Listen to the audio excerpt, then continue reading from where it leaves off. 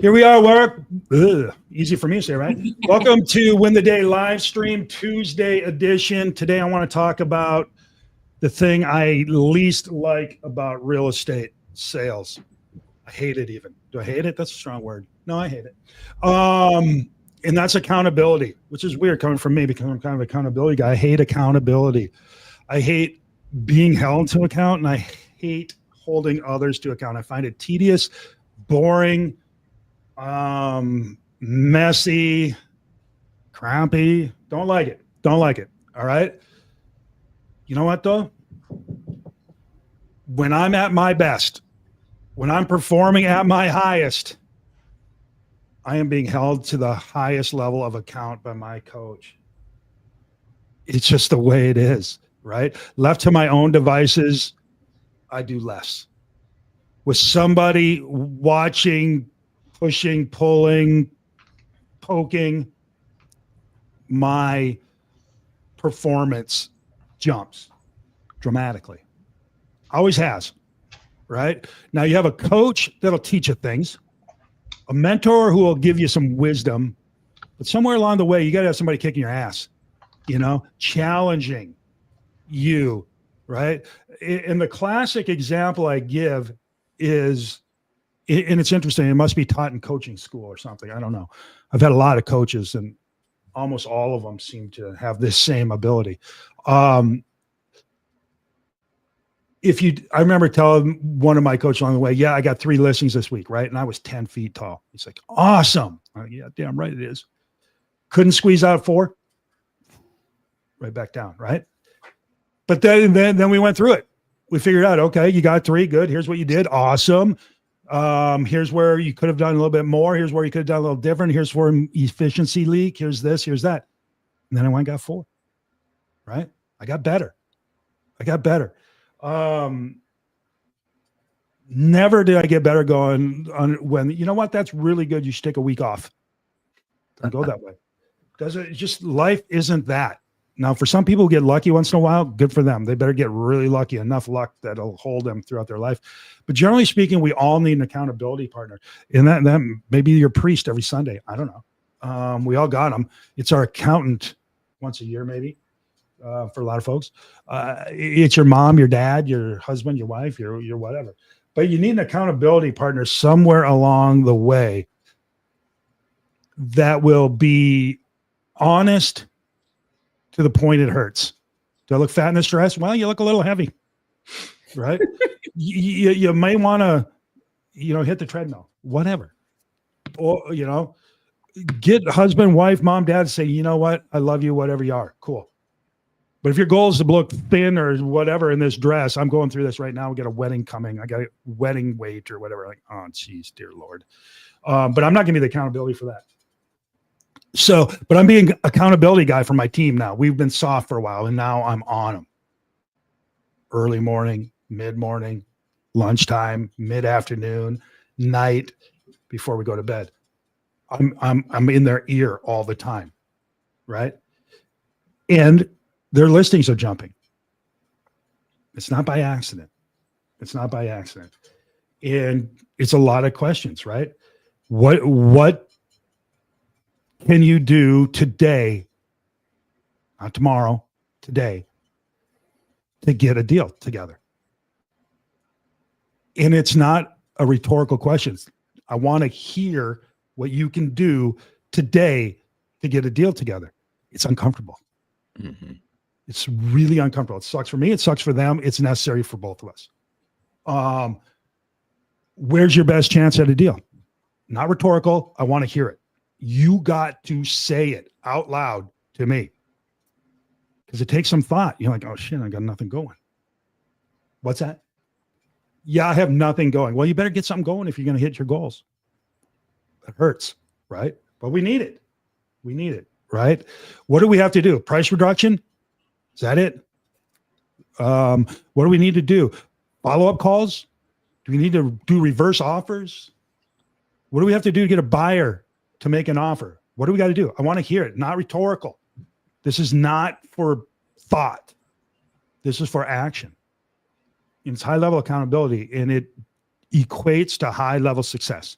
And if you don't have that, in your life, if you're running from it, hiding from it, not looking for it, you're doing yourself a disservice. You're doing your family a disservice. You're doing whoever you care about a disservice. Teammates, everyone else, a disservice. So I'm encouraging you, if you're listening to this now, good for you. Take it, use it, learn from it, and go get yourself some accountability. It's going to suck. Don't get it from me because I don't want to give it to you, right? Go get it from somebody else. But find somebody. If you have to pay for it, pay for it. I remember the first time I talked to my most recent coach, it was during our awards ceremony, right? And we were getting some award, and the team leader wanted me to be there for reasons unknown. And I was like, yeah, I got my coaching call. First one with this guy. Well, just tell him you'll get him next week. And the call is scheduled during the ceremony. So during the awards thing, so I go out in the lobby and I'm like, yeah, man, I'm at the awards thing. I got an award. Can we do this next week? And he said, no, we're going to do it right now. I was like, oh, shit. Okay. So tell me, where's your best chance for a deal this week? No idea. It's the most awkward. And he didn't say a word. And I'm like, yeah, I don't know. Well, how are you going to get it if you don't know where it's going to come from?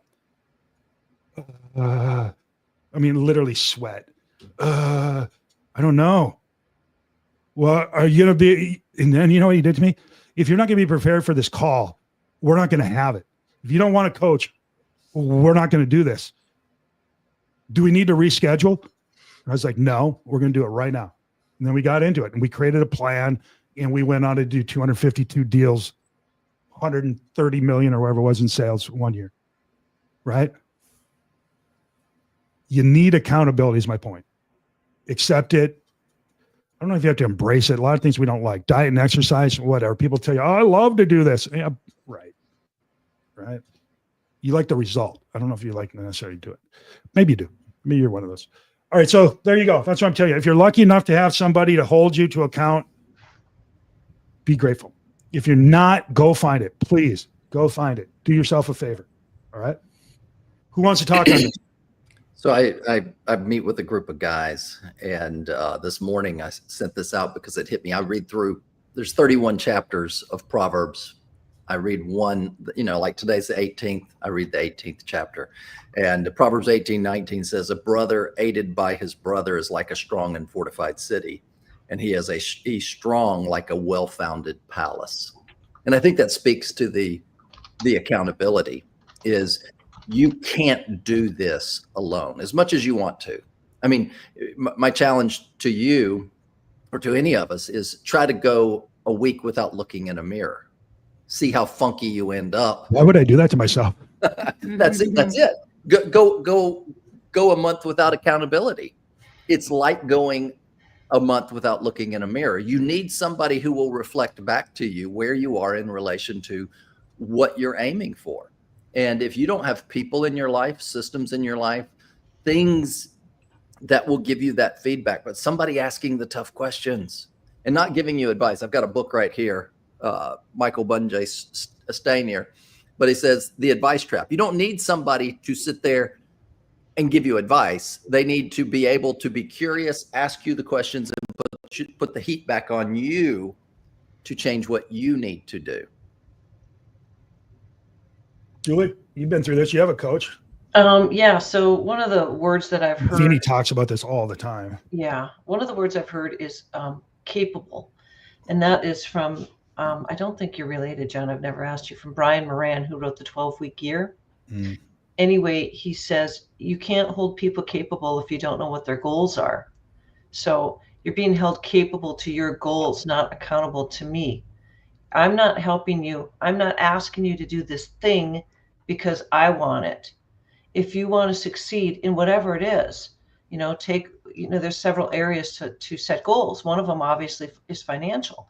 And right now, if everybody's struggling, you got to have your vision and your goals in front of you, and that will motivate you, pull you toward it.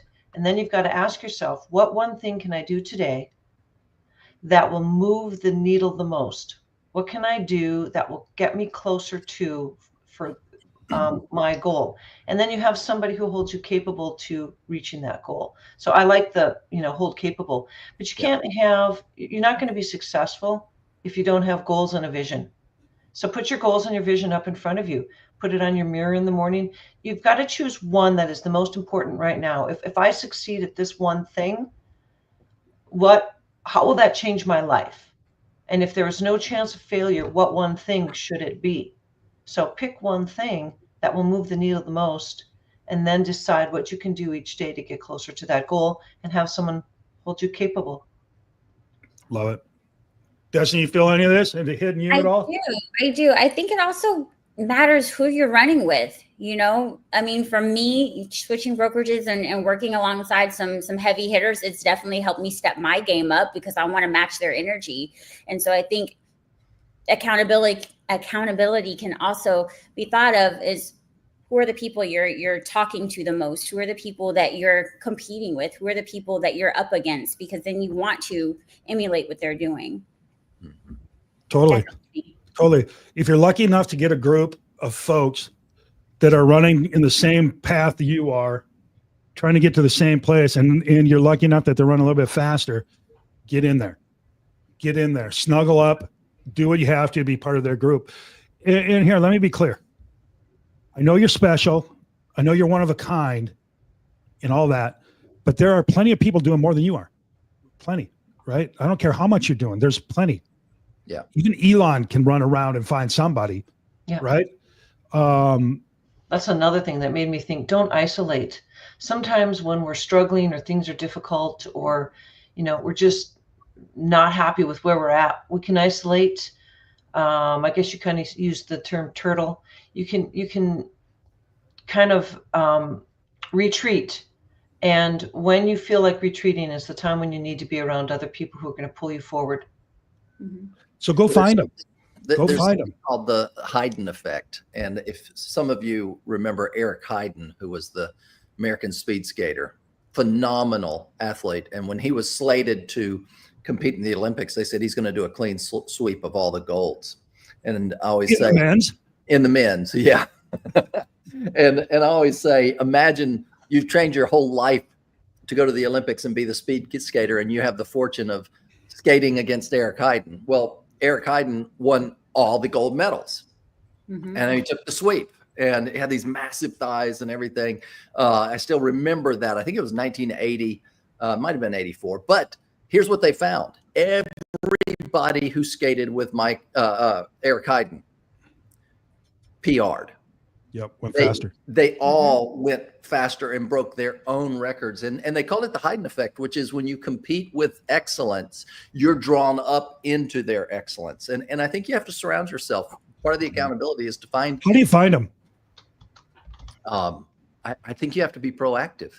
One is know the market and look, and then say, can I take you out for coffee? Build relationships. It takes effort. How do you find them, Julie? That's one of the things that we've tried to teach. Our youngest is the one has done it the best, but you just try to find people that you admire, people who are further along the path than you, in whatever path it is. And so Heather, she's our 20-year-old. We just give her names and numbers, and we tell her to go find people. And, we tell her to take people to breakfast, to lunch, and she has done that. She's been doing that since she's 16. She'll call leaders of companies, CEOs of companies. She's called, the leader of HomeSmart, of Brown Family Homes, of someone who owns 1,100 properties. And she just goes out and takes them to lunch. And one of the other things that we've taught her to do is get there before them and give your debit card to the server so that you always pay. Yeah, exactly. No, she pays herself. So she won't take them to expensive places, but they always try to pay because they know she's this young girl. That impresses people. So make those connections wherever you are, whatever you're doing, and take people to lunch and pay for it. Don't let them pay whatever you do. And do your research and show up with questions. Mm-hmm. Yeah, she always has a list of questions. Yeah. And you can find agents who are top performing, when you're looking for open houses on your MLS system, and I've done that before and talked with a few. So it's not hard to do, to find those agents who you want to emulate or mimic what they're doing. That's true. And you can reach out to them. Some of them will blow you off, but some of them will listen. And you can, if you call, they sometimes will blow you off because we get so many sales calls. But send them an email and then be persistent. And they will meet with you. So the biggest thing I've noticed, so I've been doing this now almost 21 years. Our ego gets in the way.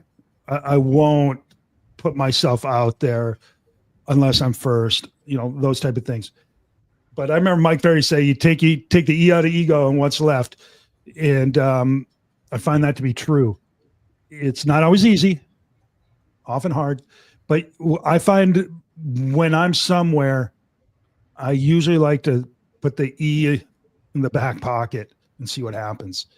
And then I try to get out to places. I heard a thing this morning on TikTok or somewhere, and it was Pace Morby. He's a real estate guy, and he has some, I don't know, TV show or something now. But he was trying to get an interview with Grant Cardone or have him come on. And this is what he said. It's kind of interesting. And so he reached out to Grant Cardone and said, hey, will you come on my thing or whatever, his people anyway. They said, yeah, for $160,000, he'll come on for sure. And they're like, oh, well, I don't want to pay $160,000. But what this Pace Morby guy said was, you know what? I'm not above paying somebody to get in their world, but I didn't have 160 grand to give them. I mean, I can't be giving that much money to all these people. So what I did is I just thought about what can I offer? Grant Cardone doesn't see the value in meeting with me if he's charging me 160 grand. So figure out what value you can bring to the meeting. Somebody wants to take me to lunch or a coffee or whatever. I'm like, no, right? Thank you, but it's not you. It's great. I love it. Whatever. No, I'm more interested in somebody who comes in and says, hey, I've got an idea, or how would you do this? I got a problem. I got something. Bring something other. I got right here. I don't need you for that. I eat perfectly happy on my own. Matter of fact, most of the time when I eat alone because it's the only alone time I get. Last thing I need is somebody I don't know and want to be friends with. But you know what does make me interested? Your problems, right? Your challenge, your whatever. Can I help you do something? Or maybe you have something that's going to help me. If a young realtor who's 1 or 2 years in the business calls you up, John, and says, I want to learn about what you're doing, and can I take you? It's when title companies and lenders and service providers say, can I take you to coffee? No, thanks. No. Can I bring food? Can I bring bagels to a team meeting of yours? No, I don't want your freaking bagels. I want your knowledge. Keep your bagels, right? Same type of thing. So take the E out of ego and you'll be fine. Go look for it, guys. Accountability is going to be your best friend. It's not going to be your friend. It's going to be your most valuable tool, right? It won't be your friend, right? It won't be your friend. None of my coaches are friends. As soon as we get friendly, we get a new coach because that's just the way the system works. All right. So you got to find people who will tell you the truth. If people are always just telling you how great you are, they're not a good accountability partner. And it doesn't have to be someone who is necessarily much further along than you on the path. You can find an accountability partner where you just share each other's goals. I used to, once a day, I had a goal for that day. And same with my accountability partner. And we would text each other, got it done, yes. So it was just a yes or a no. But the thing is if it was a no, we had to say why. So we had to type out our little story. When we're typing out our little story, we're seeing that we're making an excuse generally. So if you just have somebody that you text back and forth, yes, got it done, the next day, then your accountability partner, when they hear your excuse, they might be compassionate. But if they're too, oh, that's okay, I can see why, blah, blah, blah, blah. Once in a while, yes. But most of the time they have to say, get after it. Sometimes you need a hug. Yeah, sometimes you need a hug. Sometimes you need, okay, that was tough. But most of the time, you're just full of crap. And you just didn't get it done. And that person needs to call you out and say, you're full of crap. It takes 20 minutes to do this. Go do it. But people here, let me caution you, whether you're giving or getting accountability, it's not about judgment. It is simply about your goal, your plan, and your ability to do what you say you're going to do. Keep the judgment somewhere else. It's not judging the person. It's judging the action or lack of action and saying, here's what you need to do to close the gap. Didn't you tell me that you wanted to put your kids in private school and you need X amount of money to put them in private school? It Oh, locked her up. It was Julie's so good. hanging right there. She was going. Well, But that's right. She's think- right about that. Oh, you're back. You locked up on us, Julie. Sorry. Right at the payoff point. Well, I was just saying, what are you doing to close that gap? So if somebody says, I want to put my kids in private school and I need this much amount of money, each day you have to have an action step that gets you closer to. Mm-hmm. And you've got to complete that, even if it's 1, 2, 3, 20 calls, whatever the thing is. And when you're not doing it, you have to ask yourself why and what filled up your time. And you need to have the accountability partner who says, I'm not buying it. Yeah. Yeah, I think to go back to what you said, Julie, is the reason why mirrors work is we have an ideal self. We internally know what our ideal life looks like, and the mirror person in our life needs to know what our ideal life, our goal, our outcome is. And we've got to get crystal clear before we communicate to it. And then they've got to hold us capable to that ideal outcome. And if they don't know, if we don't get clear and we don't communicate and they don't tune into that, it's not going to work. They're on their agenda rather than being there for yours. Cool. Destiny, last words? I was going to say, I think it's important to get over your fear of asking. I remember starting off, I was so afraid before I got to know Mark well. And, I was so afraid to ask him if I could just shadow him a little bit. I was afraid he was going to tell me no. It's that fear of rejection that I think a lot of us newer agents go through before we get into Legion and things like that. And so I think you have to get over that fear of rejection and just ask, hey, can I shadow you? Hey, can you counsel me? Hey, can we talk? Hey, can we sit and have coffee? Can you teach me? Don't be afraid for them to tell you no, and keep going until you find that person that does say yes, and take everything that they can give you. I'll say that. Be specific. I would say be specific. When you ask someone, say, hey, are you available tomorrow at 10 o'clock versus can we go to coffee sometime? Because most agents, productive agents, are going to say no to a vague question. Mm-hmm. Yep. Mark, last words? Do it. Find the person. Don't stop until you've got that person or network. Love it. Okay, going in a different direction. Tomorrow I'll do scripts. If you guys have a script you want to role play, or if you have a situation you need some sort of an answer for, let me know. I've seen a few things. I have a few things in mind. But yeah, that's what we'll do. In the meantime, though, make sure you got somebody holding your feet to the fire if you want to have your dreams. All right, let's go to work. See y'all tomorrow. Bye, guys. Take care.